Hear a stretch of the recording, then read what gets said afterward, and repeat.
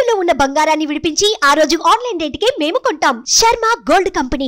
Suman TV ప్రేక్షకులకి స్వాగతం. నేను గిరిజ. ఇవాళ మనతో పాటు ప్రముఖ ఆధ్యాత్మికవేత్త, జ్యోతిష్య పండితులు బ్రహ్మశ్రీ సుభాష్ శర్మ గురువు గారు ఉన్నారు. గురువు గారితో మాట్లాడి మరిన్ని విషయాల్ని తెలుసుకునే ప్రయత్నం చేద్దాం. నమస్కారం గురువు గారు. శ్రీమాత్రే నమః. గురువు గారు, మనకి కార్తీక మాసం ముగింపు తర్వాత పాడ్యమి వస్తుంది. సో ఈ పాడ్యమిని పోలి పాడ్యమి, పోలీస్ వర్గం అని కూడా అంటూ ఉంటారు.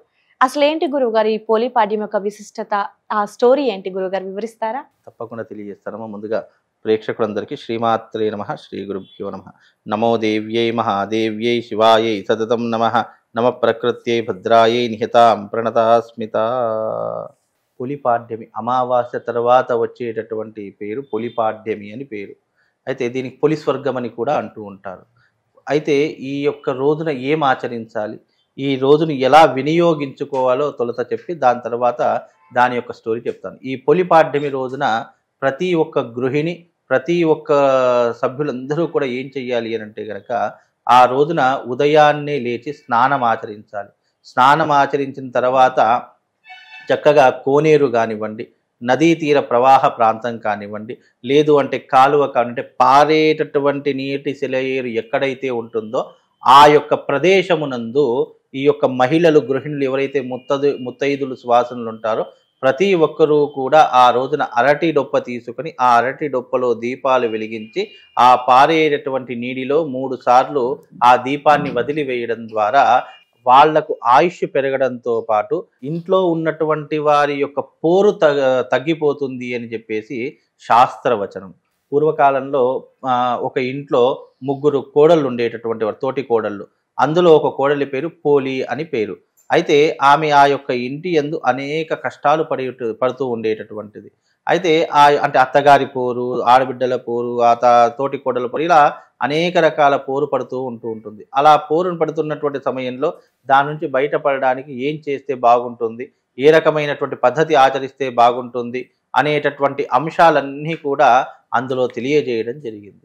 అయితే ఎవరైతే తమ కుటుంబంలో అత్తగారి పోరు, లేదంటే ఆడబిడ్డల పోరు, లేదు అంటే కుటుంబ సభ్యుల యొక్క ఇబ్బందులు పెడుతూ ఉంటున్నారో అలాంటి ప్రతి ఒక్కరు కూడా కుటుంబం బాగుండాలి, కుటుంబంలో అనురాగ ఆప్యాయతలు చక్కగా సమృద్ధిగా ఉండాలి అని చెప్పి చేసేటటువంటిదే ఈ పోలీస్ వర్గము అని దీనికి పేరు. అయితే ఎవరైతే ఆ రోజున సూర్యోదయానికి పూర్వమే నిద్రలేచి చక్కగా ఆ పారేటటువంటి నీటి సెలయేరు దగ్గర కూర్చుండి ఆ అరటి డొప్పలో వేసినటువంటి దీపాలు ఎవరైతే ఆ యొక్క దాంట్లో వేస్తారో దాని ద్వారా వాళ్ళకు ఉన్నటువంటి కుటుంబ పోరు తొలగిపోయేటటువంటి అవకాశం ఉంటుంది. అలాగే ఆ రోజున చక్కగా గంగా స్నాన విధిని ఆచరణ చేసుకోవాలి. ఆ రోజున శివాలయానికి కానీ, విష్ణు ఆలయానికి కానీ, ఆంజనేయ స్వామి ఆలయానికి కానీ, లేదా అమ్మవారి యొక్క ఆలయానికి కానీ, ఈ 4 ఏదో ఒక ఆలయాన్ని నిర్ణయం చేసుకొని ఆ ఆలయానికి వెళ్ళి తప్పకుండా అక్కడ నమస్కారం చేసుకొని 11 ప్రదక్షిణలు చేయడం అనేటటువంటిది పద్ధతిగా పెట్టడం జరిగింది. అలాగే ఆ రోజున బెల్లము, కందిపప్పు, చక్కెర, రవ్వ ఇలాంటివి తీసుకొని వెళ్ళి అక్కడ ఉన్నటువంటి పశుపక్షాదులకు పెట్టడం కానీ, లేదా ఆవులకు పెట్టడం కానీ చేయడం వల్ల కుటుంబం అంతా కూడా సుఖశాంతులతో వర్ధిల్లుతుంది అని కూడా మనకు శాస్త్రం చెప్పడం జరిగింది. ఈ పొలిపాడ్యమి రోజున విశేషంగా ఆవు పాలతో పిండి దీపాన్ని చేసి ఆ పిండి దీపాలలో వెలిగించి ఆ యొక్క నీటి సరస్సులో వదిలివేయడం ద్వారా మనకున్నటువంటి దారిద్ర్యం కూడా తొలగిపోతుంది అని శాస్త్రవచనము. ఎవరైతే ఇప్పుడు ఈ పొలిపాడ్యమి రోజున దీపాలు చేస్తారు చూసారా, ఆ దీపాలు ఎలా చేయాలంటే గోధుమ పిండి, ఆవు పాలు ఈ రెండింటిని మిశ్రమంగా కలిపి దానితో దీపాలు వెలిగించాలని శాస్త్రం తెలియజేయడం జరిగింది. అలాగే ఆ రోజున విశేషంగా ప్రతి ఒక్క గృహిణి కూడా కాళ్లకు పసుపు పెట్టుకొని ఆ రోజున పూజాది క్రతువులు ఆచరణ చేసుకోవాలి.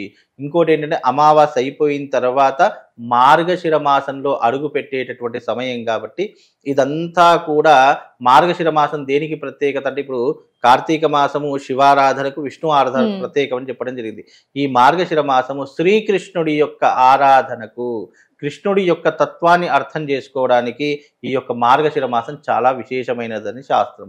ఈ మార్గశిర మాసంలో గీతా జయంతి వస్తుంది, నాగపంచమి వస్తుంది. అలాగే ఎన్నో రకాలైనటువంటి విధానాలు ఈ మార్గశిర మాసంలో మనం ఎంచుకుంటూ ఉంటాం. సంకష్టహర చతుర్థి కానివ్వండి, అలాగే ఈ మార్గశిర మాసంలో వచ్చేటటువంటి గీతా జయంతి కానివ్వండి, అలాగే గురు పౌర్ణమి కానివ్వండి, అలాగే ఈ యొక్క మార్గశిర మాసంలో వచ్చే ఏకాదశి కానివ్వండి, ఉత్పత్తి ఏకాదశి అని దీనికి పేరు. ఉత్పత్తి ఏకాదశి అనేటటువంటిది కూడా చాలా వైవిష్టాన్ని పొందింది కాబట్టి ఈ యొక్క మార్గశిర మాసంలో వచ్చే ప్రతిదీ కూడా విశేషమైనటువంటి యోగాన్ని మనకు అందిస్తుంది. అలాగే ఈ యొక్క మార్గశిర మాసంలో కాలభైరవుడి యొక్క అష్టమి కూడా రావడం జరుగుతుంది. కాలాష్టమి అనేటటువంటిది కూడా చాలా విశేషమైనటువంటిది.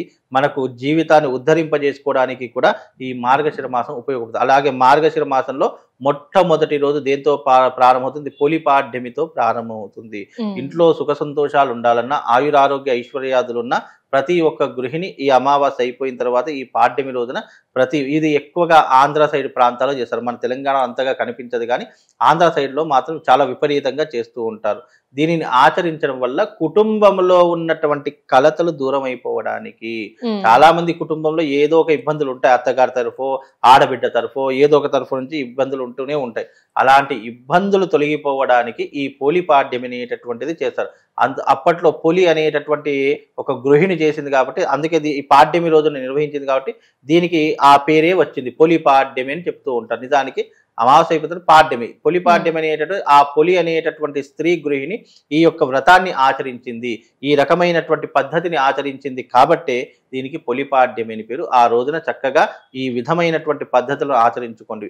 అలాగే పాడ్యమి రోజున విశేషంగా ఎవరికైనా శత్రుభీతి ఉంది, ఎవరికైనా అప్పుల బాధలు, అనారోగ్య సమస్యలు ఏవైనా ఉన్నాయి అని అనుకుంటే ఆ రోజున కాలభైరవుని యొక్క స్తోత్రము 11 సార్లు పారాయణం చేసి భస్మం తీసుకొని దక్షిణ దిక్కుగా ముఖం చేసేసి ఆ యొక్క భస్మాన్ని దక్షిణ దిక్కుగా ఉండి గాలిలో ఊపివేయడం ద్వారా కూడా మనకున్నటువంటి రుణ సమస్యలు తొలగిపోతాయి, మనకున్నటువంటి శత్రు బాధలు తొలగిపోతాయి, ఆరోగ్య సమస్యలు కూడా తొలగిపోతాయని శాస్త్రవచనం. అది కూడా ఈ పాడ్యమి రోజే చెయ్యాలట. ఎప్పుడు అమావాస్య వెళ్ళిపోయినటువంటి మరుసటి రోజున పాడ్యమి రోజున కాలభైరవాష్టకం 11 సార్లు పారాయణం చేయాలి. ఎప్పుడు ఉదయం 5 గంటలకు లేచి 11 సార్లు పారాయణం పూర్తయిపోయిన తర్వాత మనము దక్షిణ దిక్కుగా ముఖం చేసేసి ఆ విభూతిని మనము దక్షిణ దిక్కుగా గాలిలో ఊపివేయడం ద్వారా శత్రువుల యొక్క నాశనం కలుగుతుందని శాస్త్రవచనము. కనుక ఈ పాడ్యమి రోజున ఈ రకమైనటువంటి పద్ధతిని ఎవరైనా చేస్తే వాళ్ళకు శుభము లాభము రెండూ కూడా సమృద్ధిగా కలుగుతాయమ్మా. ఓకే గురువు గారు, పోలి యొక్క కథని అలాగే పోలి రోజు శత్రు బాధ ఉన్న వారికి ఒక మంచి రెమెడీ కూడా వివరించారు గురువు గారు. ధన్యవాదాలు. శ్రీమాన్.